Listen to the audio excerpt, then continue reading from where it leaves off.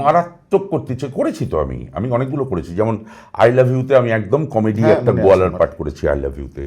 তারপরে একটা ছবিটা চললো না, এত সুন্দর ছবি, মানে যে কেউ দেখে বলবে দুর্দান্ত ছবি। ছবিটার নাম হচ্ছে রাজকুমার। আমি প্রসেনজিতের বাবার পাঠ করেছি, পালিত বাবা রাজকুমার, একদম মানে কোলে পিঠে করে মানুষ করেছি। পুরো সিনেমাটা কান্নাকাটি করেছি, একদম মারাত্মক কান্নাকাটি করেছি। তো রাজকুমার স্বপনদার ছবি, স্বপন সাহার ছবি ছিলাম। আমি অনেকদিন আগে একটা সিনেমায় হিরো করেছিলাম, পল্লবী আমার নায়িকা ছিল, চিরঞ্জিত ডিরেক্টর ছিল। ছবিটা মারাত্মক হিট করেছিল, তার নাম ফিরিয়ে দাও। তাতে আমি একটা হিরো করেছিলাম, ভিলেনরা মেরে ফেলবে। ভিলেন করেছিল দুলাল লাহিড়ী, আর ওই দুজনের নাম ভুলে গেছি, বম্বে থেকে নিয়ে এসেছিলো। তারা ভিলেন করেছিল। তো আমাদের মেরে ফেলবে, পল্লবীকে মেরে ফেলবে, রেপ করে আমাকে মেরে ফেলবে।